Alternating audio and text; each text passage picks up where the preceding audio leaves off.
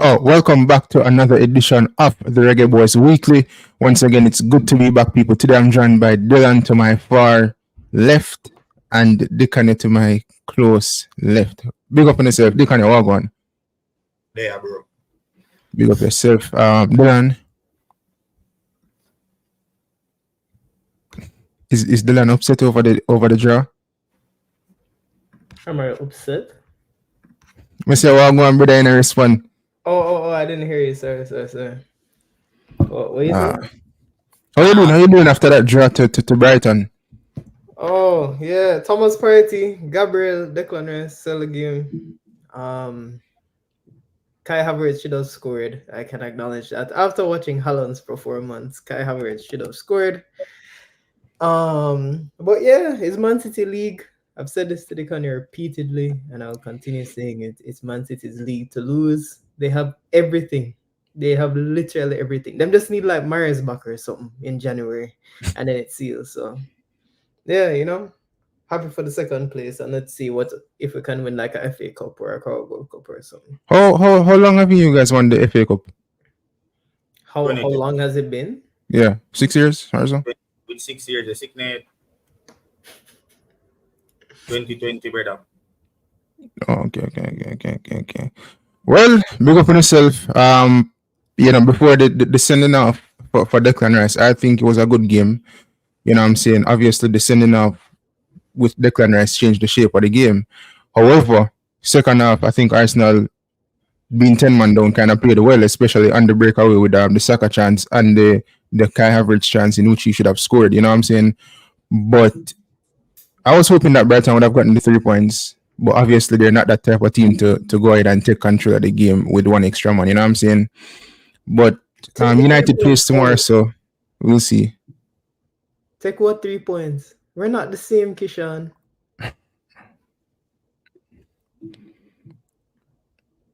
Well, anyways, people, I'm giving you the intro. Big up on yourself as well.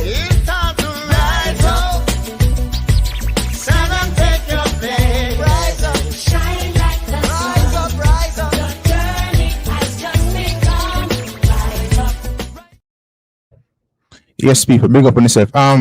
Quick pause, people. They can take over the show. I'm just listening quickly. Man said take over the show. All right, guys. Like that, this is so random, that. But yeah, man. Yeah, everyone that's here, stay tuned. For the Punk of the Week. As you guys know, we have the Punk of the Week on Saturdays, and the Punk and the Star of the Week on Sundays. And Kishan did not upload the Punk of the Week into the studio, so. Shame on you, Pressa. Shame on you. Just upload the Punk of the Week while you're at it. And yeah, we could talk a bit about Arsenal first until Pressa part, because I'm also showing performance today, Dylan. First half was good. It was a solid first half. Kai Havertz surprised me with the goal. As you know, if people didn't know on this show, I am the biggest Kai Havertz and David Raya fan. I do not care about any of the other players. Of course, I care about them as an Arsenal fan, but to the extreme level, I do not care about them. Anyways, but yeah, it was a good first half, standard performance, but the referee is crazy. The inconsistency, I don't think it was crazy. I think the rules were technically followed, which I don't really care about, but there's no consistency with the rules. So what are the rules now? We could have gotten a handball from that Ben White chance easily. 2 seasons ago, we're getting an easy handball from that shot because it's flying straight into the goal. Forget about that. Why you gonna remind me about that? So it's about 3 chances that basically, at 3 occasions with 3 different inconsistencies, because it's just vibes. So I think I'm just annoyed about the fact that, at the end of the day, we have this league that we're, so adamantly following and is the best league in the world and have the worst referees. So, bro, honestly. Today, you know what I mean? The second half, remember when me used to dark, brother, and me used to want bun down referees and literally taking a pint of duty for just tell myself, say me I go England and go bun down my mouse. Brother, the referee get me to the pint, get to the dog. I'm just say, yo, we just feel like we just go bun down the mouse, dog. I promise you, brother. Because what were those decisions? What were those decisions from Chris Kavanagh? That's more the man sick my stomach with them decisions, there, brother. Just skinny. 17 one side. Stop blame the ref. Spend nothing in the window. But no, you have to look into perspective because we have Califiori. The backline is so good. You have to go work for your spot in that. Raya was a signing on a permanent, right? After Raya, we have what the boy name? Who else we buy? We get Sterling in on loan. Obviously, Marino. Yeah. We get in Marino and the man injured and fracture him shoulder in the first training session. So now him out against Gabby. The strength Gabby having training though. So and like someone who make signings, which was sad. And the bench was very weak today as well because obviously we had players that left out that were normally regulars on the bench. So for example, Nketiah and Reece Nelson, like last time they were left on the bench, but them obviously both of them left on transfer deadline day. Just like how Sterling left Chelsea. The only difference is Sterling wasn't in Chelsea's team and those two were in our bench. So today we were very weak even when we went down to that red card. You see me? So yeah, bro. Press him. Yeah. Sorry about that, people. Forgot to upload the punk of the week. So yeah, people, stick around at the end of the show for the punk. Watch it. This brother, this is the second time you do it. Dog, what? Dog, where them get the brother from, dog? Second time this time. Anyways. We could just continue the show. People, stick around for the punk of the week at the end of the show. So first of all, I want to start off with Shamar Nicholson. Well, before we get into Shamar Nicholson, we're going to discuss Leon Bailey's injury today. Also, we're going to discuss his return to the Reggae Boy squad. Initially, he was supposed to return to the Reggae Boy squad. However, there's a doubt surrounding him, seeing that he played against Leicester today and he sustained in what could be a hamstring injury, and a hamstring injury could have you out for like 6 to 8 weeks. Also, I'm going to discuss Shamar Nicholson's future. Where's it done? Come on, brother, hamstring so unless it's a third degree tear, then you look on so long. Hamstring around 2 to 3 weeks, brother. Yeah, but still, if it's a hamstring, then say him out. You get me? So Aston Villa definitely not going to send him to Jamaica for the 2 game. So yeah, also Shamar Nicholson, I'm going to discuss his future, as his future is, I would say, it looks like it is sorted. There's an answer surrounding where Shamar Nicholson will play for this season. The transfer window for Russia, it ends on the 12th of September, so they can still get business done in terms of outgoings and incomings, I believe. And we're going to discuss Steve McClaren and the press conference, because I personally think, as somebody who has a strong opinion surrounding Steve's track record, I think there's a overreaction to certain things that he said in the press conference. So we start off with Shamar Nicholson first. You get me? I say, and so we all know that Kevin Cowan is his agent, who's also the agent of Kahim Dixie, Ronaldo Cephas, and quite a few other players, right? So this was a post today on the Instagram page of the sports agency that manages Shamar Nicholson, and in the caption of the Instagram post, it stated that big expectations for Shamar Nicholson with FC Spartak Moscow for the 2024-25 season. Shamar Nicholson did play today, only played 5 minutes. I think Spartak Moscow actually won that game, if I remember correctly. I did check the results. So yeah, I think they did win that game. He played 5 minutes, came on as a substitute in the 85th minute. However, there's an article that I would like to pull up on screen surrounding Kevin Cowan and what he had to say on Shamar Nicholson and his future, right? So this article was from 2 weeks ago, and the headline is agent expects Nicholson to have best season yet. The article goes on to read that Jamaican international Shamar Nicholson's agent Kevin Cowan says the player is set for possibly his best season as a professional after what he says were 2 difficult seasons. Nicholson is in preseason, and once again, people, this was 2 weeks ago. Nicholson is in preseason preparation with the Russian Premier League team Spartak Moscow after playing most of last season with French League One side Clermont Foot 63. Kevin Cowan went on to state, and I quote, "I strongly believe that this season will be the best of Shamar's career to date," Cowan told the Jamaica Observer. Obviously, at the club level, the past 2 seasons have been difficult and his productivity declined somewhat. However, there were several situations behind the scenes that were out of his control that negatively impacted him. Shamar,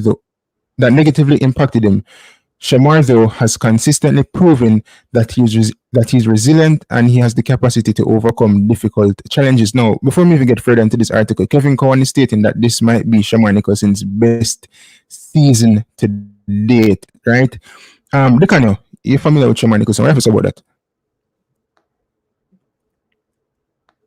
Well, we know that he has the potential. When he just went to Spartak, he was firing. He was really looking to be one of the most dangerous strikers in that league. But then, as we all know, the war came around with Ukraine and everything just went downhill from there, to be very honest. And also the fight that he had on the pitch, the literal brawl between him and Zenit St. Petersburg. Not him, but his team and Zenit. I think that kind of shed a bad light on him, specifically knowing that he's a black man in a predominantly white country and a country like Russia. To start up to be in a brawl and to be beating up those white men like the way how he was. Obviously, a lot of people now will like you, and that's just reality. So I don't know if that has something to do with it, but there's a very good chance that after that brawl, and you just kind of felt that things were fading away with him. So the war and the brawl, it was not a good look for him. He got slowly faded out of the team as well. Maybe a scapegoat, I'm not sure. But yeah, hopefully he's back in the team now. All of that has blown off. Most people not really remember that now. Everything is just full speed ahead. So yeah, hopefully his head is clearer this time around, and him can really perform to the level that I know that he can perform. Because Boyz are a wicked man. We've seen it at the international level for Jamaica. He scored goals against Mexico. He scored goals against the United States. So it's not like say he's a little team bully in Concacaf. He scored against the top teams in Concacaf. He scored against Canada twice, right? So he scored against all of the top teams at the Concacaf level. And he is spearheaded Jamaica to victories and good results against these top teams, even with assists against Mexico. So he definitely has the quality. It's just a matter of if he can get it together over the entirety of a season. That is up for debate. But he definitely, I can see him getting one good season out that could potentially set him off. So hopefully that is the season this year. And what you have to say? I mean, I don't really think there's much to add to what they kind of have to say, you know. But I'm calling him Rima Jesus or something. Like, you know, like he's a quality player. I was hoping that we'd see him move to like championship team. But at the end of the day, Spartak Moscow is a huge club. And, you know, if he can get his, eggs in the right line, then he'll be fine this season. I don't know what exactly you expect his agent to say, other than, he's going to have his best season every single season. I think that's just normal and natural. New Jamaica manager, so everything to play for him this season.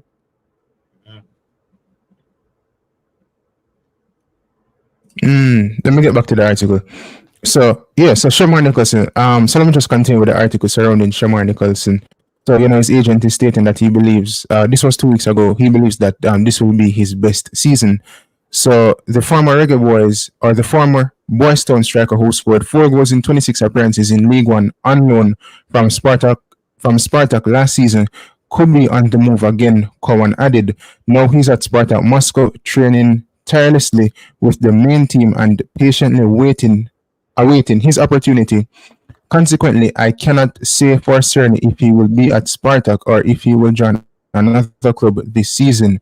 We're keeping all possibilities open, rest assured. However, wherever he may be this season, Shamar will produce a special season. Nicholson, who is expected to be included in new Reggae Boyz head coach Steve McClaren squad for the September international break, first moved to Domžale in the Slovenian league in 2017 before making the transition to Charleroi in Belgium 2 years later. His big move to the Russian Giants came in 2021, and he was part of the Russian Cup winning team that beat Dynamo Moscow in 2022. Now, in regards to his club future, people, right? Kevin Cowan, who is his agent, I know that Ronaldo Cephas is facing unsurety at his club in Turkey. Kahim Dixon recently got a move. He's the agent for Kahim Dixon as well. And as I said, in terms of the transfer window for the Russian market, it closes on the 12th of September. And last season, when Nicholson initially got the move to Clermont Foot in France, he was transferred on the 1st of September. So you see where that was in the transfer window still before it closed. So today's what? Today's the 31st of August, I believe. Mm. And tomorrow is the 1st of September. So, you know, you have a couple more days until the window closes down there in Russia. So there could be a move for Shamar Nicholson. I mean, for me, in my personal opinion, the fact that he's not getting much game time, I think this is the first appearance he's made for the club since season. I know that he was on the bench since recently, but he didn't get any minutes. 5 minutes today. I mean, you don't really want to be in a situation where you're not playing any minutes, especially at his age. Shamar Nicholson is what, 26, 27, I believe? Mm-hmm. Yeah, so in terms of his future, Dylan, you think he'll get a move before the window closes? I mean, maybe. I mean, there might be a right opportunity, but I can't, international break now. So I think he's going to be busy. He has 2 games to play. Oh, boy. Father Damian is in the chat. Anyways, yeah.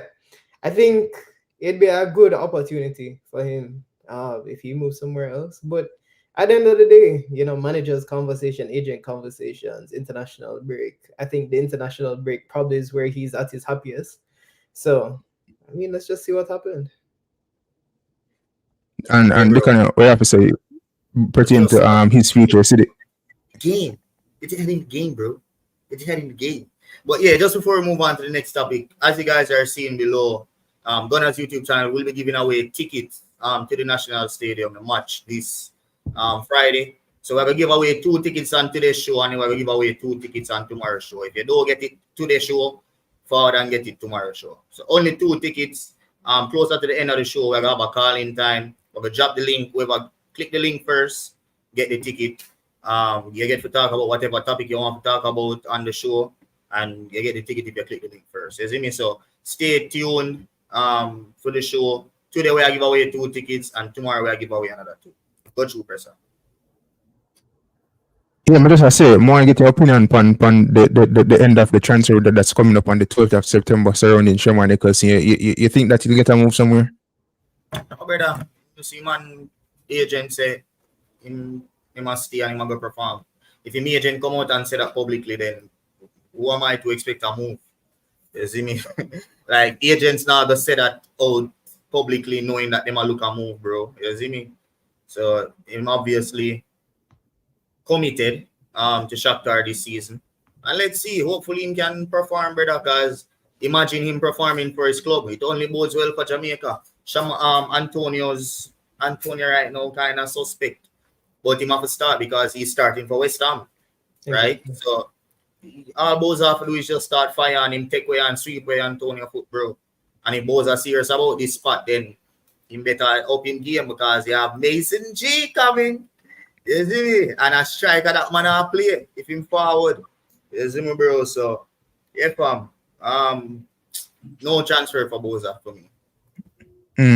During other sports, big up yourself. His agent says he's staying there this season. I mean, where did he say that? I mean, in the article that was 2 weeks ago, he said there might be a possibility that he might leave. And as I said, Dre, the transfer window in Russia, it closes on the 12th of September. So them still have a couple more days to get, the business done. And seeing that Spartak Moscow did bring in a couple players this summer transfer window, becomes a bit more difficult for Shamar Nicholson getting a place. You know what I'm saying? So how would that work out? Him can go Saudi. I think them window a lot till the 12th. You see me? Them window a lot till the 12th. But as well, Dre, anyway, the sports I said, them post it on the IG, say, he might have a wicked season. But saying he might have a wicked season, that really means him can't move, And we do have the IG post up, right? The big expectations for him at Shakhtar. That not tell you say he must stay, right? You can't rule anything out unless all the windows are shut. And so we know say the window is shut for the European sector. But him still have a Saudi move in him can go, bro. Suppose a Saudi team want forward for him, which is highly unlikely because he's not on a club farm, but the possibility is still there if you get what I say. Yeah, and as I said, for Shamar Nicholson, I think he's the type of player where like he won't play football. I think he want minutes. You get me? I say. So I really Yeah. think he's a type of player where I mean money comes with the game, you know what I'm saying? But we feel like Shamar Nicholson. I feel like every Jamaican player them want play football. You get me? I say. And I think Shamar Nicholson is one of those guys where he rather play football. And obviously money comes with the game, but still, you get me? I say. Yeah, man. Peter. Yo, yeah, sample the Peter. We go yourself. Once Nottingham Forest is going to Europe next year. Where you people believe that? Where you see Peter for say that? Your side now move right, Peter. Your side now move right at all. Gibbs White will take them to Champions League. Go talk to your baller, Peter. That you need to go talk to Gibbs White and ask him what him do. Which England he want to play for? Talk to your baller, man, Peter. Go through, Percy. Big up yourself, Peter. Nottingham Forest, they play today? No, I'm thinking that tomorrow they might play. They play today? Me no say Newcastle that try by longer. But anyways, we can move on with the show. Leon Chippy Bailey, as we all know, Steve McClaren recalled him to the squad for the upcoming Nations League game, right? Leon Bailey would have played today against Leicester City, in which he sustained an injury. Jerry, anyway, that's sports, big up yourself. He did that report on that on his Instagram page. I don't know if Jerry did make a video on that still, right? Subscribe to his YouTube channel, but we never seen a video drop. But anyways, I'm just moving to this article quickly by the Birmingham Mail. Yes. Oh, so wait, before it's you said that, Nottingham did play today. Them draw. I wanna. to who? Yeah. Oh, one all? Wolves. Okay. But yeah, so anyways, let me just get into this article from Birmingham Live, paper, local paper down there in Birmingham. So the headline is Aston Villa dealt double injury blow as Leon Bailey comes off in Leicester clash. Now the article reads, Leon Bailey came off injured in Aston Villa's Premier League clash with Leicester City this afternoon.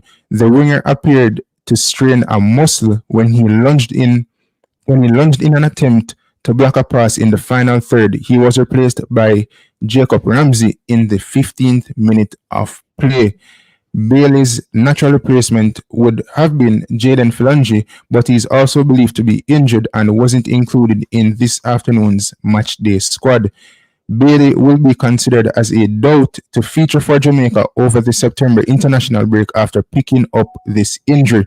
The 27-year-old hasn't featured for his national team since last November, but accepted a return after holding talks with their new manager Steve McClaren.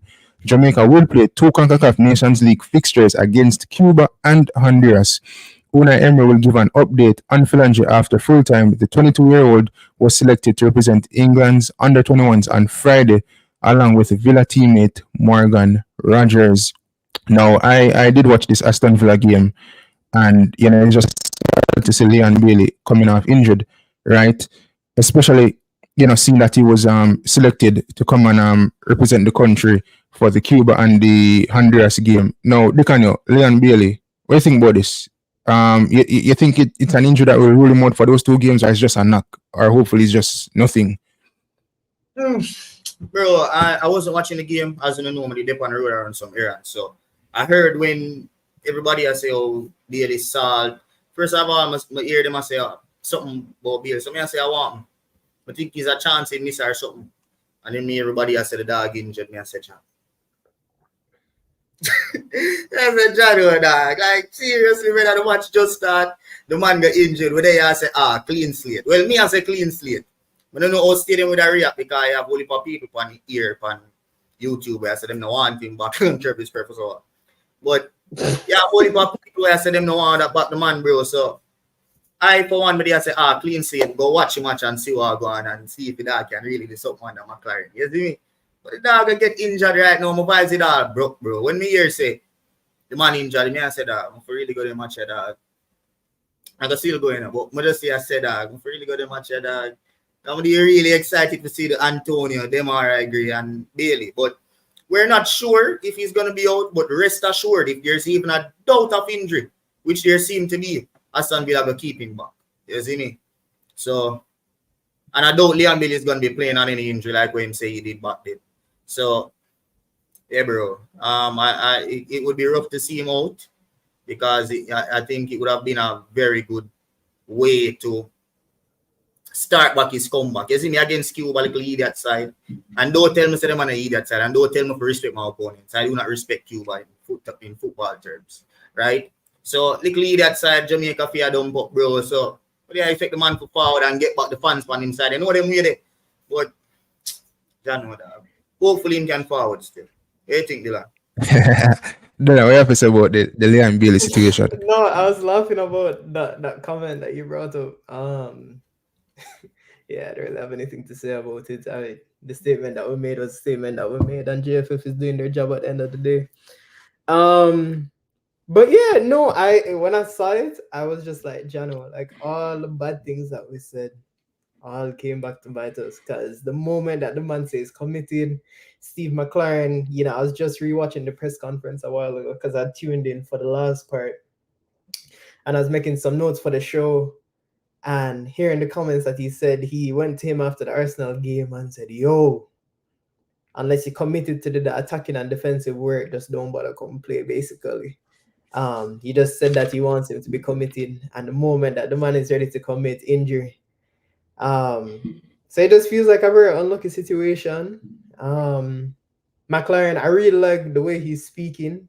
The amount of research that he has done in the game of football for the last couple of weeks is astounding, honestly. And the way he's talking about the fact that he spoke to Heimer Hallgrimsson and stuff is, I just think he's a model professional, and if he can even get the best out of this team. But it's a big loss, a big loss, you know. I've always said that Bailey, when it comes down to Aston Villa, I have absolutely nothing to say, and I just wish him the absolute best. And I just want him to have that opportunity with Jamaica. But seeing that he's the only star winger that they have is not looking good. If Diaby was there, maybe they'd send him. But the fact that Diaby is not there, I don't think there is a high chance that we'll see him if he's even feeling any bit of a knock. I mean, listen, you know, even though Aston Villa is not my team, right?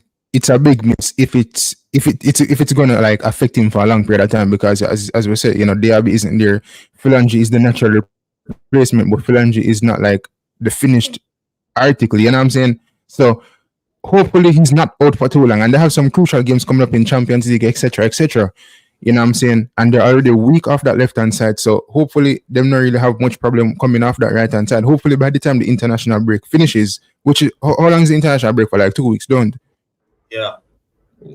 2 weeks. So hopefully by the end of 2 weeks, in the next 2 weeks, Liam Bailey is ready for Aston Villa again and for the season, because, you know, he did have a brilliant season, his best season to date in club football. So he can replicate that this season, and, you know, to start off the season in this way and in this manner, kind of shaky. And he did make a post on his Instagram, and I think the picture was before the game or after, I don't know, but he kind of disappointed whether or not him took the picture before the game or after the game, you know what I say? But go up to Liam Bailey still. But let me just ask you this quick question, right? In terms of his inclusion in the squad initially, what do you think about that, Dylan, in terms of, you know, the coach talking about him coming back and all these type of stuff? I mean, the comments from the president and the coach were very, you know, they're exceptional. I can't, you know, watching the press conference, I know that you had some problems with President Ricketts being on the phone, but I think it was a very well-handled press conference. I think the questions are getting better. We have some work that we can do as the media to get the questions to be, you know, at the best level possible. But I don't know. I think it looks good. He wrote the letter. I don't think that's a crazy thing to write the letter, because even when you hear like Gareth Southgate talking about calling players, they have to confirm. And of course, their agents have to write a letter. So I think, you know, hats off to Speed to be being a little bit more professional and carrying the foundation or federation up. So yeah, I think it was just professional, normal. This is just how a federation is supposed to be run. You know, you call a player, you say, yo, write the letter, let's go. So yeah. Dicanio. You guys were saying that he spoke well, specifically Dylan. But like what Smurf was saying, remember Grimmy, Coach Punkal Grimson, he spoke well when he was in charge of Jamaica. So you can't watch that, brother. You cannot watch that at all. We'll get some more comments there first. But before that, right? Before that, with this Liam Bailey thing, as me say, unfortunate that he pick up that knock after lunging in for that tackle, or to block the ball, tackle to block the pass right in the final third. Very unfortunate. But I've always said, listen, Leon Bailey, to me personally, and I think many people would agree that he hasn't really performed for Jamaica to the level that we expect him, right? But by the mere fact, in terms of his name alone, he's one of our best players on paper, right? If you select your best 11, Leon Bailey has to be in that best 11. It just comes down to, not say he have to replicate the form from Aston Villa, but we just have to perform better than how he is performing for the national team. That's all people is asking for. You get me? I say. So, to me, with this whole suspension thing and him coming back or whatever the case is, writing letter, fair enough, he's final back into the team. As we say, it kind of unfortunate that he have the injury. However, we don't know at this moment in time if it will rule him out for the two upcoming games against Cuba and Honduras. But it would have been a good welcome for Leon Bailey to get back into the squad at the National Stadium, put on a good performance at home, and then go away to Honduras and, me I say, shine again. You get me I say? Because there's a lot to play for Leon Bailey as an individual, as well as for many other individual players in the team. We're on the cusp of qualifying for a World Cup or hoping to qualify for a World Cup, and Leon Bailey can be the main man in that team. Go ahead, Dicanio. Yeah, man. So I'm just go ahead and get some comments here. Yeah. So going back to the Villa points, Smurf say Villa have Barkley, Buendia. Their squad depth is not much of an issue. I disagree. Not for Champions League. Yeah, them not a winger. What winger apart from Leon Bailey them have that is a modern day winger? Nobody. Buendia can play on the wing, but he's not explosive. A man like a beat a man, take on somebody, create a chance out of nothing. They don't have that. So I don't think Barkley and Buendia can count as squad depth in that sense. Moving over to Peter, big up yourself. Real talk, I'm disappointed in Bailey getting back into the squad without apologizing to the fans. Who said that? Who said that? Peter. Yeah, but at the end of the day, for me, I've made everything known about Leon Bailey. The best way for him to apologize to me is to go on the pitch and start playing football, right? And that's literally what McClaren is saying. For me, to be very honest, I can understand for especially the older fans like Peter, them see Jamaica playing a World Cup already and them not frightened for certain ballers. Like, I'm not saying I'm frightened, but like younger players would make certain things pass because him have quality, right? So I do get how the older heads would look at it like, no man no bigger than the country. We don't need Bailey to apologize to the fans because you guys have been there. You guys have seen it. We have never seen it. So we just want the best players for forwarding at the team and give you the best possible chance, which is what the coach is saying. The coach just wants his best possible players to give him the best chance of winning a football match. You see me? Any thoughts on that, Chris? No, I agree. And, for somebody like Steve McClaren coming from Manchester United, obviously, he would recognize Leon Bailey as one of our best players, despite poor performances. And I don't think he's going to look at it and say, okay, he had poor performances before, so we're not going to pick him. I mean, every player have a series of poor performances, but it's what you can do now, it's what you can do in the present or what you can do in the future. And me as the coach or you as the coach, you have to find the best solution to get the best out of the player, seeing that you're in the job now. It's not Hargrimson again or Tapper or anybody else that was coaching Leon Bailey at the national level. You're in the job, so the responsibility is with you to try to get the best out of Leon Bailey. And even one of the reporters or journalists asked the coach a question about like, can you get the best out of Leon Bailey? And he kind of said like, listen, it is up on the player to get the best out of themselves. However, we're here to kind of facilitate that in terms of the tactics or the playing style or whatever the cases are, where you play on the pitch to get the best out of you to let your attributes thrive. You get me? I say, Dylan, you have nothing to say about that? I mean, I just think we just have to move on, bro. Like, move on from who? In the past, as in Grimmy is in the past. Like, I can't bother think about that again. There's one goal. Everybody's saying the same goal. World Cup 2026. I don't care how we get there at this point. Just let us get there. As long as we qualify, we can have other conversations. The only reason I'm talking about, McClaren talking about and how he speaks is that all he's saying is let the results on the pitch show. Him say, I'm not here for the long talking. Him never have the bag of chattings. It was just like the pitch, whatever happens on the pitch, let it show. And that is what I'm excited for at the end of the day. So no excuses. Let's just get the job done. and move All on. right. So we'll pull up some more comments. Atheism in Jamaica said he apologized to Villa fans and not us. Disgraceful. And what offended Villa fans was light compared to Jamaica Canada. And I think we can side with you on that note because him send Craig Butler to explain himself instead of actually do it himself. So if him could have at least post something on social media for Villa fans, why not do it for Jamaica fans? Yeah, you can say maybe him rate Jamaican fans like how him rate Villa fans. Them a PM. So I don't know, whichever one know have look funny, but moving on. Smurf, pick up yourself.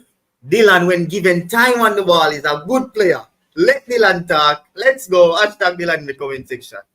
Reggae Boy Central. Honestly, I'm a bit concerned that McClaren is a double agent. I just can't see him aggressively recruiting all the young English players because he would look like a traitor. I want to think about that. That's interesting. That's a very good comment. Very, very, very well But it thought. kind of come here to address that, isn't it? Come have a piece of. Yeah, watch out. Yeah. Let's see the paper. Follow him. Dylan, go through first. Follow him.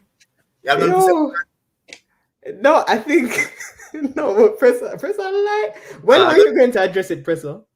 You saw the comment, or it's on the paper. Before? No, after Leon Bailey something. Yeah. I just know my father. Yeah, I think. Right. No, not you. I think the biggest thing.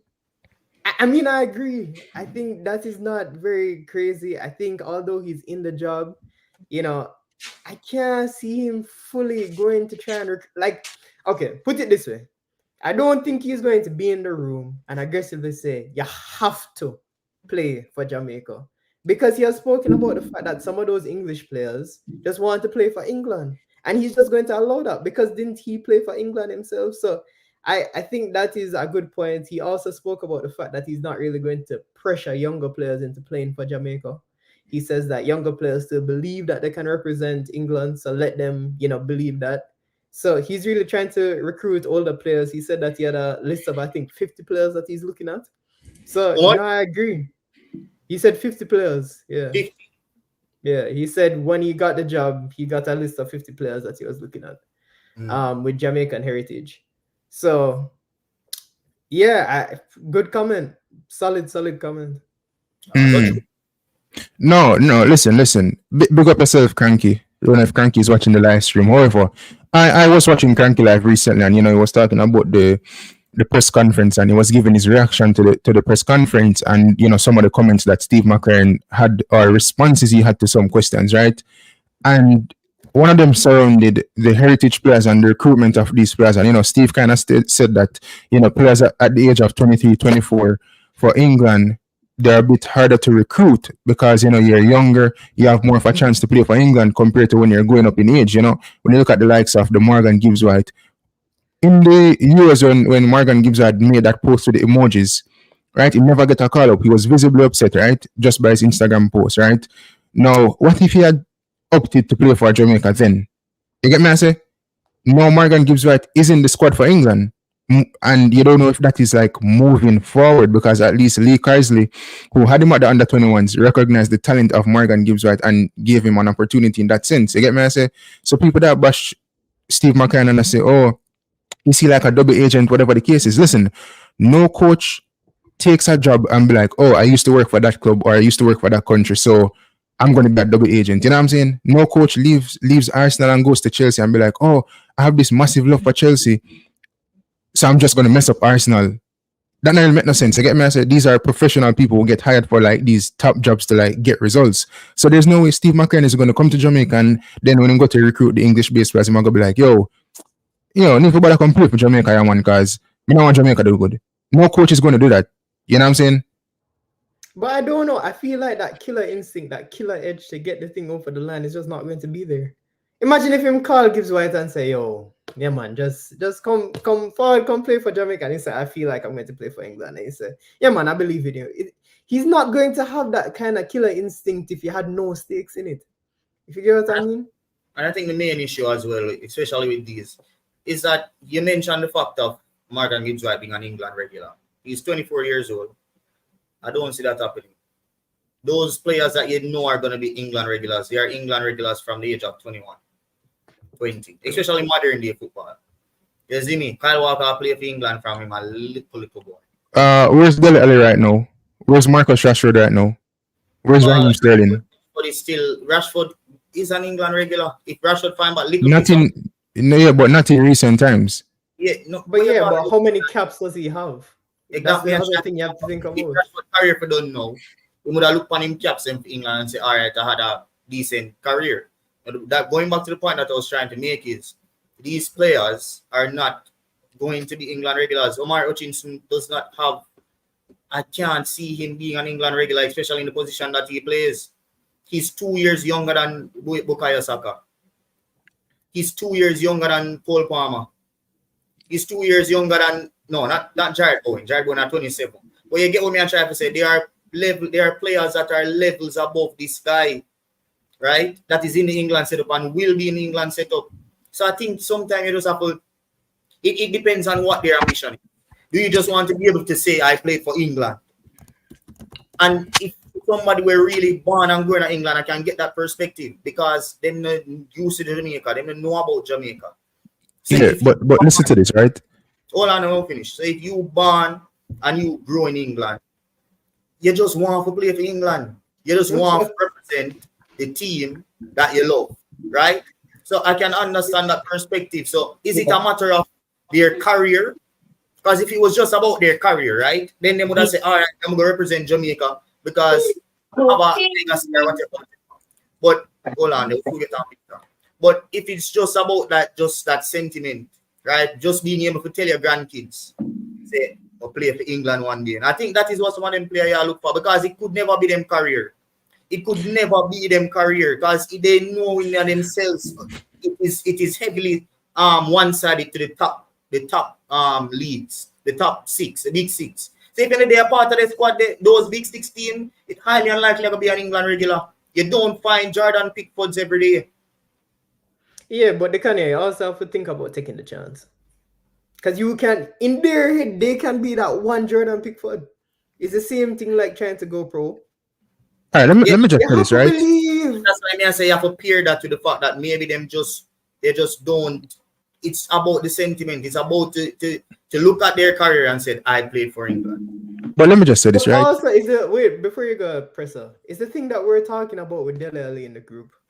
You work your whole life. You go through the England ranks for your whole life and you get to the final stage where you can get one cap. And you think that's the chance. Because think about how many of these guys got, relegated, got kicked out of academies, have to move academy, have to change everything about their lives. I think it's just a normal way of thinking for these guys. Like they're used to rejection. And they just believe that one chance, one goal, one opportunity can be the difference with them getting to the highest level. Let me just say this. I think the tide is shifting in terms of like how England selects its squad. Because if you look at this, right, a couple years ago when Spain used to select them squad, you just find Bierman from Real Madrid, Atletico Madrid, if any from Atletico Madrid, but Real Madrid and Barcelona, I guarantee you any Spain squad a couple years ago, you just find players from those two squads. However, over the years, the talents in Barcelona, Spanish players, it has kind of dwindled, right? Same thing for Real Madrid to an extent. And what you find is that the selection for the Spanish national team is coming from Athletic Bilbao. A couple years ago, they did have one man who did get selected from Celta Vigo. I can't remember the name, Aspas. Oh, yeah, Aspas, yeah. Yeah, so you find players from different teams. No, in terms of England, you have your Jordan Pickford, you have your Ivan Toney, you have your Ollie Watkins, and by even Ollie Watkins to an extent is an England regular, I can call it right now, right? If Ollie Watkins did just have the mindset, say, send it off for next country, I'm going to play for, and just have the mindset, say, I'm not good enough for England, I just go play for the next country there. Bro, you have to bet on yourself sometimes, you know what I'm saying? And Ollie Watkins is one of the best strikers in the Premier League, and that's why he has been selected for the England squad. It could be easy the case for Ivan Toney. Same did stay at the Premier and replicate when the couple seasons ago scored like 19 goals in the Premier. He will get selected for the England squad, you know what I'm saying, Dylan? So you look at Cole Palmer. When he left Manchester City, Cole Palmer never probably think himself saying would have such a wonderful season, but it comes to the game, you take it, you get the opportunity to play for England, and you go with it. Omar Hutchinson could easily have a break. All players that to me just are a little above Omar Hutchinson. Yeah, but bro, you're right. You come in like you're right off Omar Hutchinson from before me even start, brother. You get me? I say, try to say, bro, but it's not even right off. Saka was a level above what Omar Hutchinson is right now at his age. So I saw me a gauge it. Isn't it? And that is what it takes to be an England regular. I can look at Morgan Gibbs-White and say, right now, he's on the cusp. And if he can get a move to even at Tottenham, he could have got Tottenham. Then he can be an England regular. I see Morgan Gibbs-White as that. So that's what I also made mention of in the video that I made. But I have a problem with the Morgan Gibbs-White thing. He never even did show interest in Jamaica. We didn't just know same of heritage and I try to push it. But Omar Hutchinson, we're going to talk about him tomorrow, so you guys can stay tuned for that. We're going to Peter in the meantime. Yeah, got a long time Peter. Yeah, Peter, bring up yourself. Favorite player. Big up yourself, Peter. Yeah, man, gentlemen, we're going. Yeah, man. So hold on. So Omar really accept that under 21 call up? Him repost it 2 separate times on him Instagram. Yeah, but you know, I don't understand some of them players, you know. I just say, you know, the reality is England squad to be a regular, you have to be definitely top tier. You understand? And to me personally, with the talent that we have overseas, as well as, you know, in Jamaica itself, if a lot of these players have that mentality, say, you know what, playing for Jamaica, I can be a regular. Be on the pitch, play 40, 90 minutes every week in, week out. You understand? They look at it as if to say, boy, playing for England is good. But let me ask you guys a question. When last England do anything on the world stage? Around 66, they know. Okay. So, I mean, but I'm like...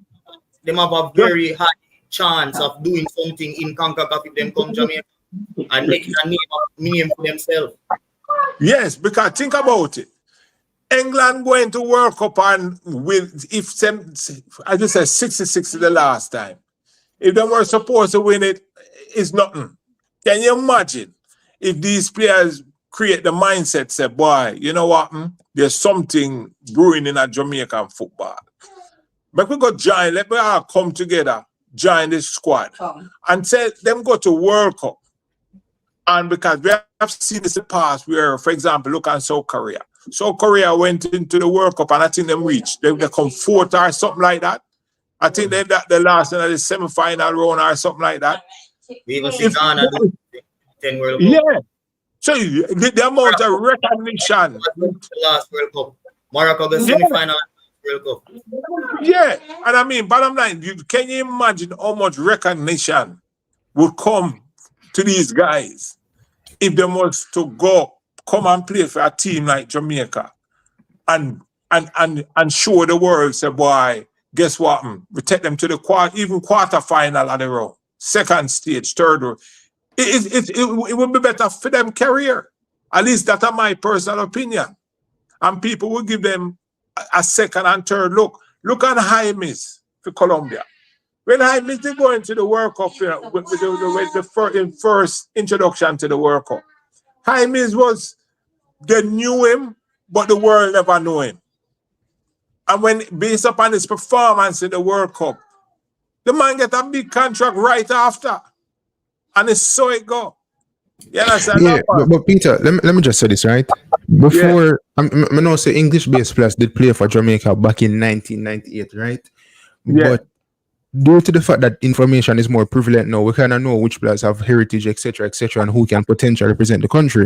But even before now, with information being this prevalent, you know, before a man didn't even know, say, him did have the option to represent our next country or whatever the case is, right?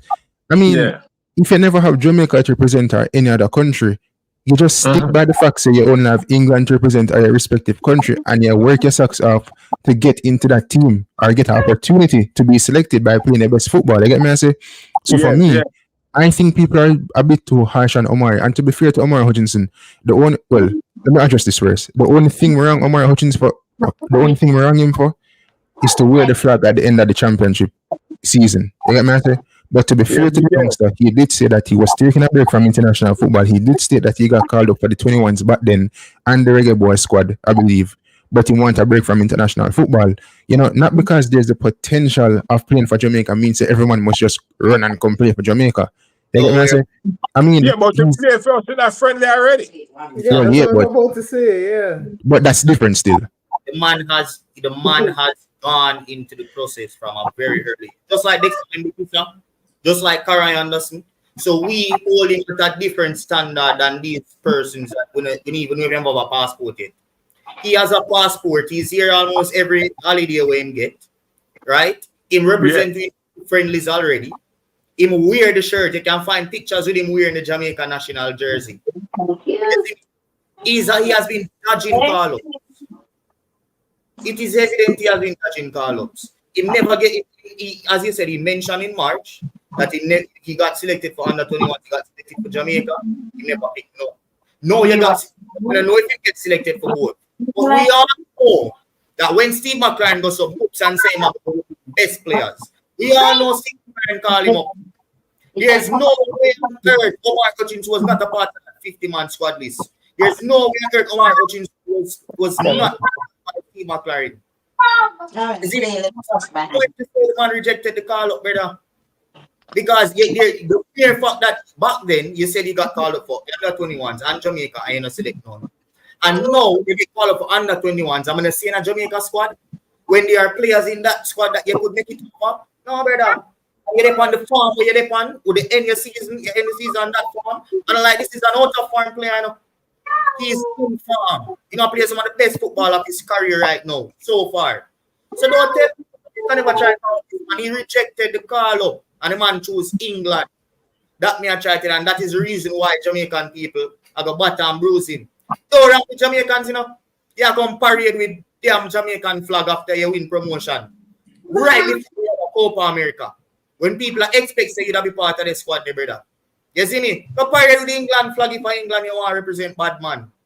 Yeah, that's it. But we could save the discussion for tomorrow surrounding Omar Hutchins, right? But in terms of the coach's comments, Peter, him say it would be harder to recruit a bit of the younger players. So he might look for players who are a bit older where he kind of out of them hand to represent England where, you know, the possibility isn't there. You get me? I say, so older players would be like who now? That's a good One thing you can think of right now, Rafael Morrison. But he don't play for Jamaica already. You get me? I say, Jamaica already, yeah. Who else is a bit older that there's no possibility of them kind of playing for England off the top of me? I can't really think of anybody. No, that's not true. You have Isaac Hayden. You have Isaac Hayden at Newcastle. But I think in the make it clear so now play for Jamaica. I get me, I say, who else is there? And that's another thing to mention as well. There's this notion that these players, some of them, they know how to come and represent the national team. And their excuses because they want to represent England and them don't want to just forward when Jamaica make it to the World Cup and take the place of somebody else where work hard to make the country get to the World Cup. But my vocabulary, so I'm just waking up. But my comeback to that, right? My comeback to that, bro, is right. Forward from earlier. Nobody never tell you say you need to wait for the team for qualify. Forward from in qualifiers. Forward from in this Nations League period. So you can bed in with the team if you really want to play. So I bet you just look for me and tell me, say, yo, you don't want to represent Jamaica. You want to represent England and done the position this. Don't try to the fact say because you don't want to come take a next man. That is not the reason why. Peter, make a last point so we can move on. Yeah. In a nutshell, you know, I blame the parents of these English-based players, who are born players. Because bottom line is this. You see, like for example, my youth, them, all of my youth, them born at Jamaica. My grand youth, them consider themselves Jamaicans. You understand? Whereas if them have the talent to represent Jamaica in anything, Jamaica will be the first choice, no matter what. You have to have a certain love and pride. And I mean, bottom line is this. Hey, the best country in the world is Jamaica. We all know that, except for the crime. That's it. Point blank. Any place nicer than yard? No. No, we're not nicer than yard. And a true point in terms of the type of the loving, caring, just genuine people we are, except for the 1% or 2%. Jamaican people are the best people in the world. Omar Hutchinson for Goy. You understand? We don't want to see him again. I agree with you. Whereas bottom line is this.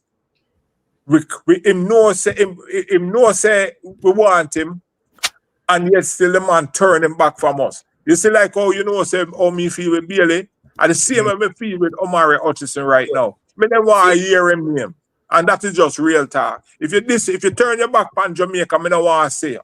Because from you turn your back and you say you want to join back the team, me no confidence say you're going to give 100%. Same. I want everybody who go up on that field, to give them 100%. Even if it's 100% of shit, I want 100%. You understand? And that's just real talk, gentlemen, you know?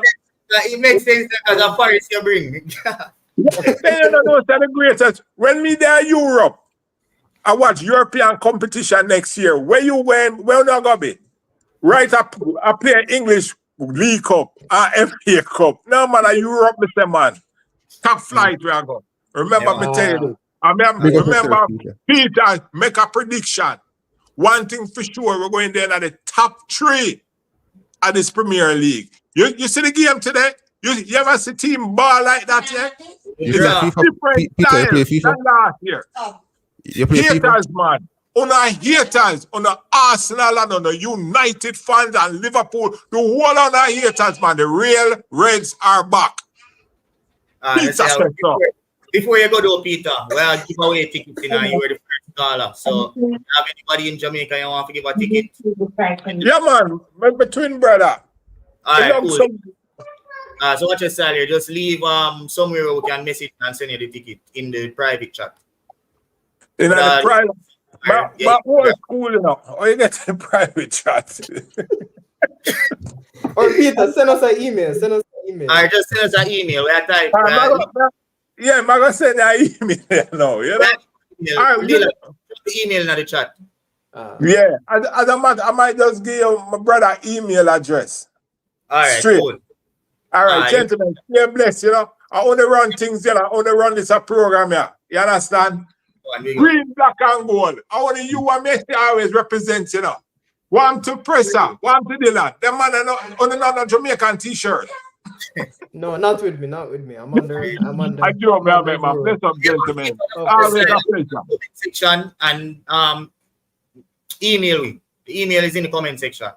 Just looking at the email, comment section and email. Yeah. Big up. All right, man. Bless up. Cool.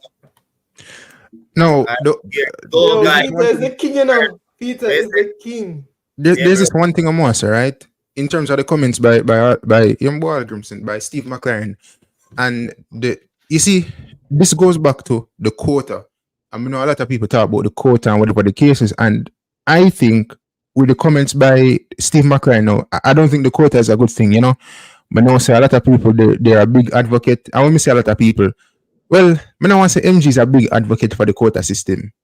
I don't want to say that. I don't want to label MG as like the quota man, right? But in general, the quota thing to me is not a good thing because you have these players, right? Like the Morgan Gibbs White, the Omari Hutchinson, the Reese Nelson, etc., who you want them when they're already established, right? However, if you do remove the quota system from these youth teams, these same players that you want when they're 23, 24, 25, or 26, you can have them when they're a bit younger. You get me? I say, so you go pick them up from early, bring them into the youth teams, whether they're under 18 or whatever the case is. And obviously, once they make a natural progression at their club, they become better.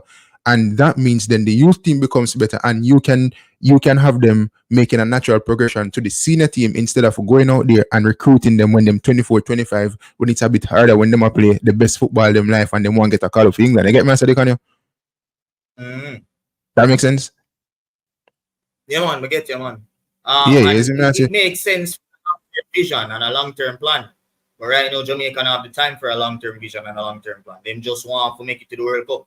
And that is the dilemma we'll find ourselves in, right? It's very hard to set that base structure from the very top if you're not willing to from the very bottom of say why from the lower levels, right? If you're not willing to sacrifice what is going on at the top, because the top needs to be leading. So if we're going to start from the lower levels, you need to have sort of leadership at the very start. No, Dre, me nah label MG the quota man, you know. Me know how MG stay when it comes to the local talents. You get me say, but Monte is an outright quota man. But as me say, once you have these players at the age of like 16, 17, making the natural progression at their club teams or academies in England, that means that for the youth teams in Jamaica, they will also make the natural progression to the senior team, because that is what the senior team should really and truly be about. You know, you have these players overseas in the top European leagues making a natural progression to the first team, and then you have them when you have them at Brazil or Argentina or these countries are under 14 or whatever the case is, they make the same natural progression come straight up to the senior team. You get me? I say, and you put them based off of how they're performing at the club level. So when I say they must get rid of the quota thing, I'm in no position to say that they must get rid of it. It's up to the JFF, but I think it's kind of hurting the program in that sense, because you approach a man when in 22, 23, 24, and as Steve said, somebody coming from England, it's a bit harder to recruit these players. You get me? I say, for real. Yeah? I think it's rubbish. I don't like it. Yeah. Yeah. Would it just get on the call about him lose it? So watch your style here. You have nothing else to talk about before we drop the link again? Football Guru said you weren't listening. McClaren made the statement that a lot of us knew. The top English youths are waiting on England. I mean, that's what we're just saying, Football Guru. But big up yourself. Yeah, guys, we have dropped. No, Shamar Nicholson and his future now, it's settled. They get me. I say, the what I call them? What you call the thing with Shamar Nicholson, man? The agency basically said that he's staying put. You get me? I say, but 2 weeks ago, the agent did say that you can't rule out anything, and the transfer window is open until the 12th of September. We'll have a call again. Call up, big up yourself. Big up yourself, Tim. Big up on yourself, you know. What is it? Gunners boss? All dog as usual. Yeah, man, you're drunk there, you know. I watch some college football and I watch Miami. I put it down for Florida and Gators there right now. What? Good. We have to pertain to the topic then. Huh? Repeat. We have to pertain to the topics. Which one are the topics? The squad were not the squad thing. Maybe Leon Bailey injury situation. Yeah, initially include team because he have an injury, potential injury. He pull up today now on game for Villa. Steve McClaren just talking about what he did say comments about the national team, the squad selection, etc. So what you have to say about those? So Leon Bailey was picked for the squad, but him get injured today. So most likely than not, him now got healing time to play. That's what the argument is. Yeah. Well, that's how it's going on. Next man up, you know. I don't refuse this time. I injure him get and once you're in these kind of sports and these kind of activities, strenuous activities, anything is possible, though. Yeah. Who you don't want to replace him in our team, though? Like a name will never get selected.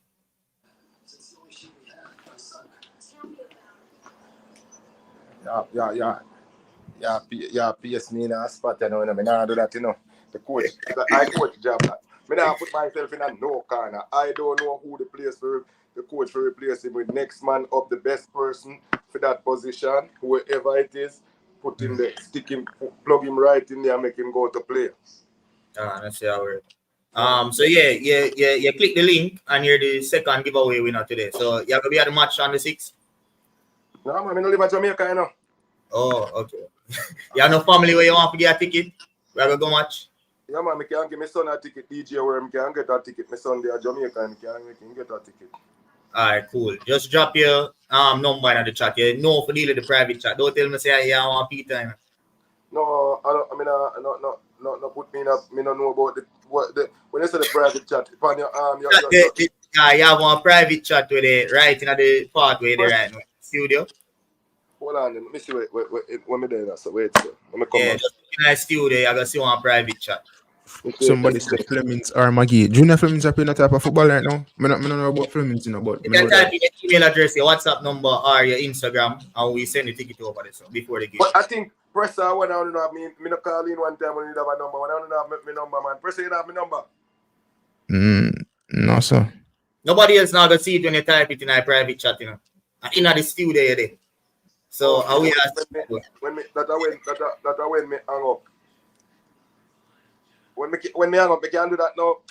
Yeah, I know you have to do it. You know what, man? The people them buy the ticket here, man. Yeah. My son will buy a ticket. I can't bother to go. If I find it out when we done, if I look in there and I find it out, it's not something we ever do. Bro, let's see how Yeah, it. me have to come back. Hold on. Let me say something there. Hold on there. Me see a thing up on the top here, so me just say chat and a one message there, right? That's where you put it. Right? Chat Right, this. comments. Yeah. The part where you see me say, look here. Okay. Yeah, Yeah, man. man. Me just get a message from you there, so. Yeah, man. Just type it in right there, so.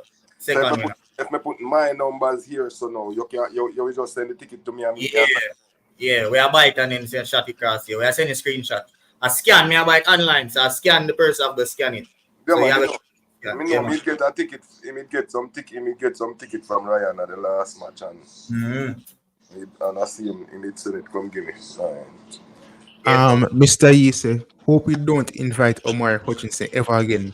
Let him be. He should turn in his Jamaican passport. I'm not gonna go as far as saying must turn in his Jamaican passport. I get why people kind of upset with Omar still, but it's just a part of the process. You know, you lose some and you win some. You get me? I say, no, what I will say is in terms of the potential recruitment of some of these players, we know you have the Tyreek Mitchell. I think Morgan Gibbs might be out of the picture, right? We know say you still have Reece Nelson. Honestly, I think the list is becoming a bit shorter in terms of who we can potentially recruit. Because again, I think some of us kind of just come out of the waters and just link people to Jamaica and believe say, oh, they must just play for Jamaica. But at the end of the day, it kind of have to be realistic. Is Reece Nelson kind of realistic? I think Reece Nelson is a realistic option to play for Jamaica sometime in the future. I don't think he'll be this year. Well, I'm not going to rule it up because anything can happen. You get me? I say, but I think he's more realistic than a lot of the other players that we've heard that could potentially play for Jamaica, other than Mason Greenwood, right? And Omari Hutchinson, which may not go count out Omari Hutchinson just as yet, but other than Mason Greenwood, Reece Nelson, and Omari Hutchinson, you know, the Tyreek Mitchell and them people, them don't look at them really set to play for Jamaica or have any. That's yeah, I'm gonna tell you, you see like how Cristiano Ronaldo was brother, so the man name I want to the man name camera. Man name look like me alone up on the shoulder. But yeah, as I say, you know, like how Cristiano Ronaldo set the stage for almost the whole rest of world football while I'm in Saudi. I think that will be the case if Mason Greenwood will really forward in this national team. If a player like Mason Greenwood, of his stature, gets into this national team, players are going to follow suit. No matter the reason why, the fact that he is there, they'll start to really see a project. They'll start to say, all right, Mason Greenwood, they must have Leon Bailey, must say, all right, them all right, good on the left. He might get older. He can take space. So any left winger where young in the Premier League or any left winger we have Jamaican heritage, we all look for all of them all right, guys, and we can take team squad.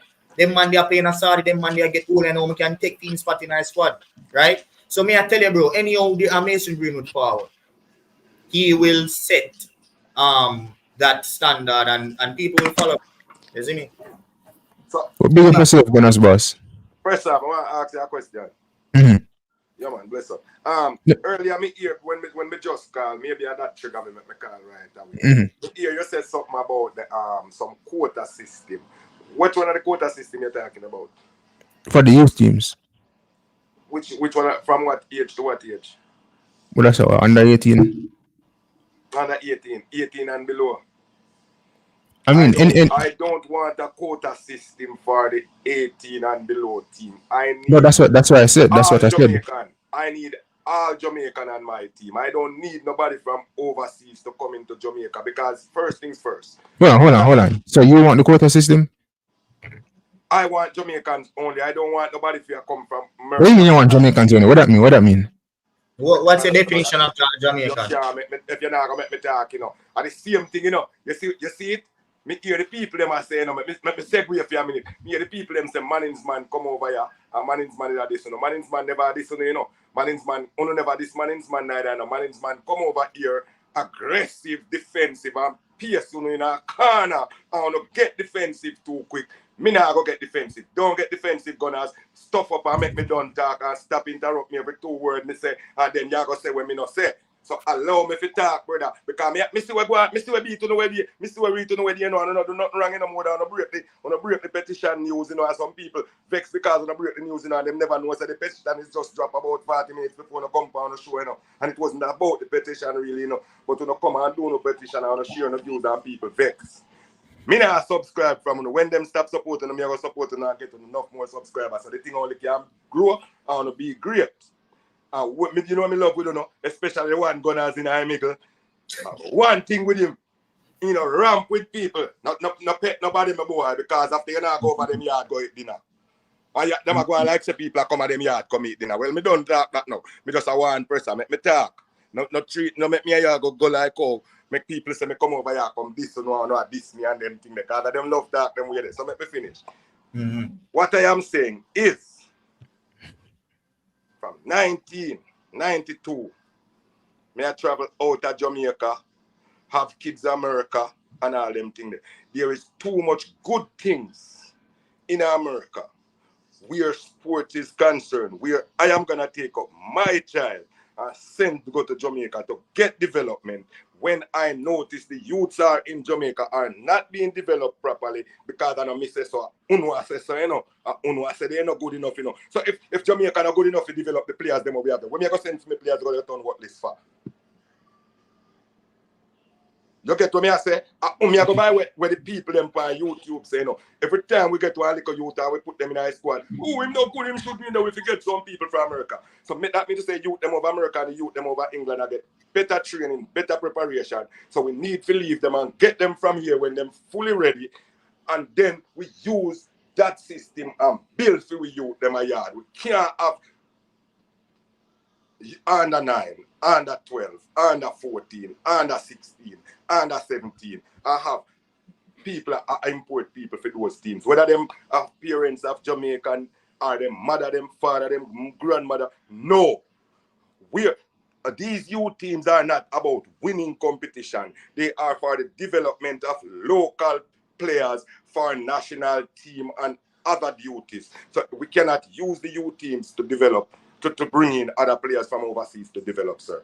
Would that mean we're killing the local programs then for the youth them? So if every time a youth forget a place we can kick the ball, dribble the ball 3 times, and you stop him for a youth where you feel like you can dribble it 4 times because on a foreign mind, on a one pretty name from over foreign in the team.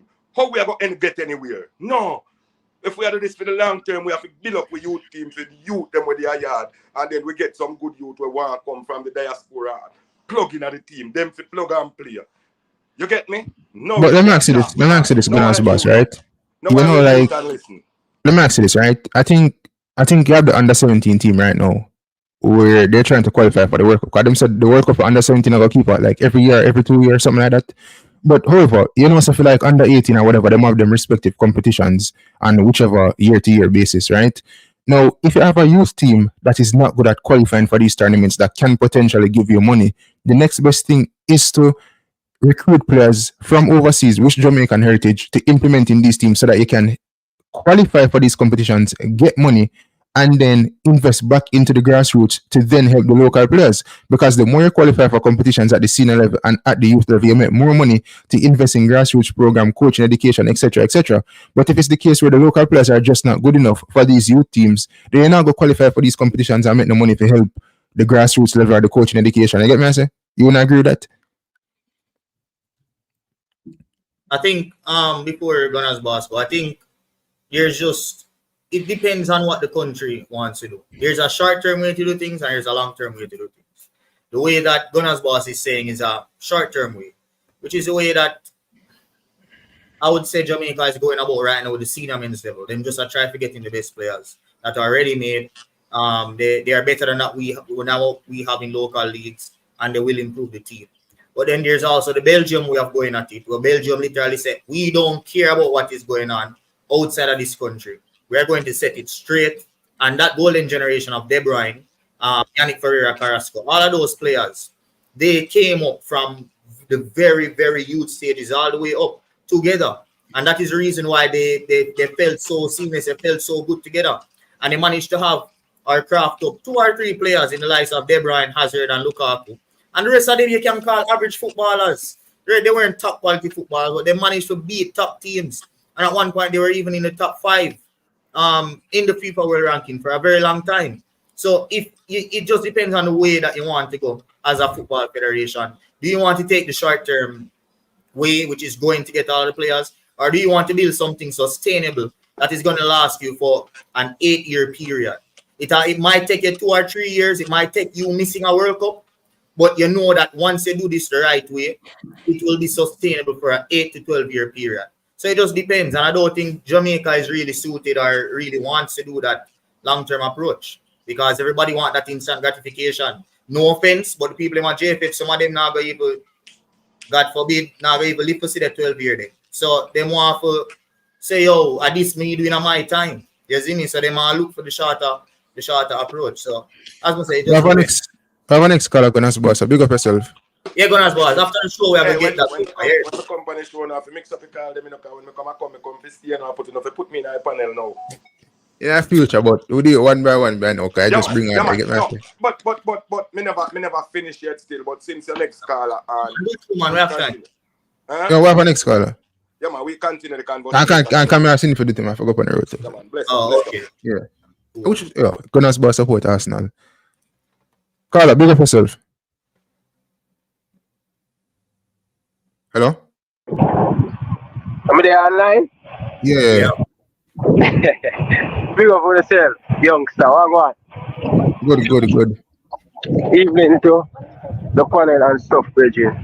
Bro, but then I go home and, you know, listen, me have to jump in and give me thought, but Leon. Oh, you remember when you're able to, man? I want to come back trio. When I hear you, know, be a background nice.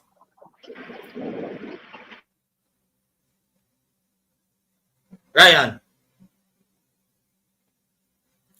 All right, just go on through the show to inform Papi. Maybe get some comments. Mr. E, Karma reached Bailey. I think he's talking about that injury. Winston Williams, JFF business to take care of that Gunners boss. Until then, best players take the ones they are not illegal. I don't know what you're trying to say there. But Football Guru says, I agree with you, Gunners boss, but your argument is too harsh in its wording. Youth World Cups don't win the federation any money. FIFA want each country to develop their local No, but surely you get some form of incentive by qualifying for these tournaments and eventually, probably if you win it. I'm sure no say at the youth competition, you don't just participate for participate's sake. There's some form of incentive. So as little bit or as much the incentive is, you can take that and invest it back into the grassroots program. So first of all, it's important for all these youth teams to qualify for their respective tournaments. And it's also important for the senior teams to qualify for their respective tournaments, because that is how, you go up in the ranking, you become better, you qualify for competitions. The deeper you go in competitions, the more money you make. And it's going to help the youth teams, especially infrastructure-wise. You get me, I say? And coaching education is one of the most important things. And listen, I believe, Dylan, you remember Fletcher? Bala Fletcher, Father Arden, he was I think vice captain for the Jamaica under 13 team when he just Father Arden a grade 7. Zine, and no disrespect, I'm a virgin, but when they know, that's what another thing I need for you look on. It's not that he never have the love for the game, but the development. When we have players we go abroad and do them thing, what the development there, what the hunger there. What the pathway there, because the thing is as well with a lot of these players and young players in Jamaica, them parents now allow them to do it for too long if there's not a clear pathway. Especially the players that are educated and they can have career goals, them smart, them are gonna get them subjects, them can go college, etc. Right? Some of them parents, if them don't see a clear pathway that the Jamaica Football Federation is setting up for them, when they go and they represent at this level, them now go really want them kids to take up football serious if there's not that clear pathway. And that's another thing we need to make sure so we are set up. We need that clear pathway for the youth players, them bro. So them can really look at football as a career where them can take serious. And if the federation not take it serious, you can't expect those young players. Yeah, but the federation, the national team is not to really develop players per se, if I get No, I'm not saying like on the pitch development. I'm talking about a pathway. Their purpose, right, is to manage Jamaican football. There should be a clear pathway. That is their job, to create a clear pathway for youth. I'm not talking about there's a pathway in the sense that these players play for respective clubs. So as a player naturally progresses at their club level, they also naturally progress through the youth rankings. You get me? I say in terms of the local players, the debate is if local players can eventually make the senior team or whatever the case is, right? Now, with that, you have the JPL, for example. The JPL has to do a better job in developing players, which are the clubs and whichever academy, developing the players for them based on merit to get into the national team. Just as how you'd have any other player will play any other club overseas based on merit, they would get selected. You get me? I say? So But I feel the like that JFF problem is starting to be solved though, because if you hear how McClaren talks, a man talks about all these B license coaches. Speed talks about all these licenses of coaches. You know, we're the only country in the Caribbean that has a sports school, GC Foster College, right? So I think it's slowly getting there. It's going to be a process. You know, if the coach is interested, he's meeting with all the team owners, whatever. If he keeps that hunger, I'm not saying that he's going to keep the hunger, or I know he's going to keep the hunger. All I'm just saying is that based off how it is right now in this moment, we're going in the right direction. Winning any competition, 7-something in a final, 7-1 in a final is impressive. So I think we just have to be more positive, and I think the pathways are there. Very Phoenix, you know, is going to be a good opportunity for that to happen. So let's just hope for the best. well, I got any no people, but a bit of a breaking news. Sal Bamba has tragically passed away. Former Leicester City and Cardiff defender. Jano. Yeah. But yeah, the pump for you, Deep. And guys, just remember, you guys that are here, those of you guys that are live and who are watching the show afterwards, I give away 2 more tickets. Gunna's YouTube channel, I give away 2 more tickets. So I will pack it. And the JFF will give you tickets for you, know. The father out will pack it, bro. You see me? So tune in tomorrow for the star of the week and also for those 2 ticket giveaways. Go through with the pump. Jano, condolences to the Bamba family. Everybody's supposed to be familiar with Sal Bamba. Jano. Yeah, people, so reach at the end of the show. Punk of the week. Dicanio, quick drum roll. All right. So the punk of the week, people, goes to Chris Kavanagh. I said you pronounce Kavanagh, whatever now. You get me? I say, people, the man sabotaged the Arsenal game today. Trust me, listen, I'm not a fan of Arsenal, but you know, hearing different opinions from different fans surrounding, or not even fans of Arsenal, but just football people. You get me? I say that was not a sending off. That was not a second yellow to me. You get me? I say, I mean, as a referee, you have to allow cheekiness in the game. You get me? I say, Dicanio, to an extent. You know what Declan Rice did as I think it was with the man on AFTV name again. With the dash him season ticket and say him no want it back. I don't know him. Stricto, you know, Stricto and AFTV said, listen, the man basically kicked the ball like just 2 yards, brother. Like the man just tapped the ball, brother, and he rolled 2 times. And another thing as well I want to mention is, let me take this off. Bro, first of all, the ball have a spot before you can kick with a ball. So the Wolves player, the free kick get further away from where the action actually happens. So that's the first thing. That was not where the foul happened. The Wolves player threw the ball, pan Rice. See? And I like him spot the ball with action. The man threw the ball, pan Rice. Rice didn't even know the man would kick the ball because the ball still a roll. So the mere fact saying throw the ball, pan Rice, Rice just barely threw the ball, so brother. And then the man clat Rice. Boom! And take over the ball, brother. You see me? So I have no problem with the referee saying, even though I think it is wrong because the ball never spot, which means the ball was not in play. So if the ball was not in play and you're going to give the man a second yellow for the 2 feet kick with it, why Joe Pressure never get it in a first half? When the ball clearly gone, Arsenal try to restart the game and the man raised the ball 60 yards to stop me from playing the game, for play the game, bro. Why the man never get a yellow card then? I don't think they may try to show you. So there's no consistency. And if there's no consistency, it's going to look like there's an agenda. And I am past that part of saying this thing about consistency. It is clear that there's an agenda against Arsenal Football Club. Manchester City are pay out the whole of them referee. And them are pay out past players as well. Because that thing that when me see Ipswich Town goalkeeper do the other day against City. When I hear that commentator say, yo, he used to play for City, me I say, wait. It all makes sense. Here I was. Thinking they were... When they not even build fence, whether you think I joke. Dr. Dan said preventing a restart technically by law is a yellow card. Okay, but if we live life through technicalities, then nobody now gonna make the progression. I get me. I say, just like how the people bash me for the Mason Greenwood situation. It's like if I'm pulled over when I was like say 16 or 17, I'm gonna get like a traffic ticket or whatever, and that bring me through the rest of my life, brother. You get me? I say, if I don't know if that analogy makes sense, but what I try to say is, okay, technically, nobody understands person. Nobody what I say, all right, let me just say, like, okay, technically, yes, it's a yellow card, but come on, as a referee, you have to have some form of leniency. You get me? I say, I always think that the goal of a referee is to allow the game to flow to an extent. You get me? I say, obviously, there gonna be stand on the last of the game. But if you just go around and dash out yellow card every minute and red card or whatever the case is, then the game will go dead, brother. You get me? I say, and I feel like in that moment, yes, you punish players and whatever the case is. Like you can set your Declan Rice easily. Like, listen, you see the next time I do something, I send you off, brother. But come on, man. I agree with Dr. Dan.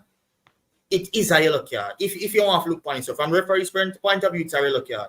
But it cannot be a yellow card in the context of the game when a player kick the ball that is out of play, yards away on the football pitch to avoid the team from progressing further up the pitch. And then Declan Rice kick the ball 2 feet away from him foot. And you have to give the man a yellow card when you never give that player a yellow card in the same game. And that's the other thing as well what we need to understand with the refereeing decisions, bro. Yes, referees vary from game to game, but in the context of a game, a referee decides how he wants this game to go. A referee, if he wake up on the wrong side of his bed, can literally just say, today, any man do not get a card and me no business. And once it is card worthy, then we can say, that is the way how this referee want to manage this game. But then we have other games where referee might look at it and say, all right, then man can scrap, kill, whatever, as long as I know something well cynical, I'm not going to give a yellow card. And my last point before we end the show. Sensi, brother. You can't see one player do something where you're going to let him off. I see them all shirt pull soccer, the handball where Rice kicking shots. Nothing, no yellow card. Let me say it's the last one before we end the show.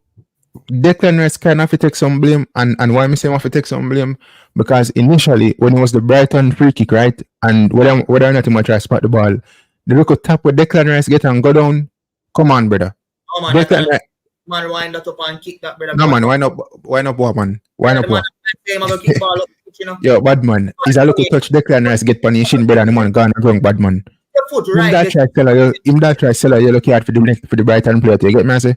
Brother, more give one of them kick down your father in Jamaica. Remember me. Dylan.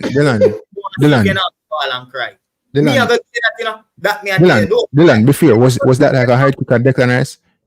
As in the one from Veltman? When Brighton did the free kick and eventually go to the yellow card for Declan, the second yellow. Presser, come. It's time. You need to go on the road, Presser. It's time for you to go on. Hold on. Play the outro. Hold on. I'm saying we can't find the video. Hold on. Play the outro, no, Presser. Not today, Presser. I told you today from how long, Presser? Not today. Hold on. Let me just see the video. Yeah, man, go through. That's it for the video, guys. Let me just go through some more comments here. Jam Pale fan, big up yourself every time. We still there support. You're a real youth fan. You see me? Yeah, people, let me just pull this up on screen. Right, the player, brother, you can't put up a thing on the screen, brother. NBCSN for Instagram. Exactly. Oh, you can't do that, copyright. Really? NBC can't use NBC thing. We tried before. We did try to do a review show on YouTube, strike it. Like, what did that? Remember when you do the thing, Dylan? You can't.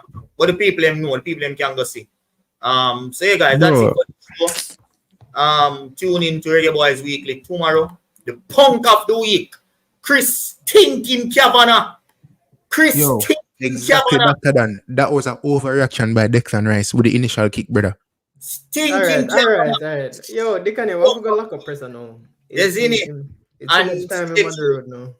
Tomorrow, guys, for the 2 more ticket giveaways. We gave away 2 tickets today, Gunners Boss and Peter. May I go buy the ticket them and send them the cross to them. And we are give away 2 more tomorrow. So on the stay tuned. You see me? Big up on yourself and we are leaving with a big bad out.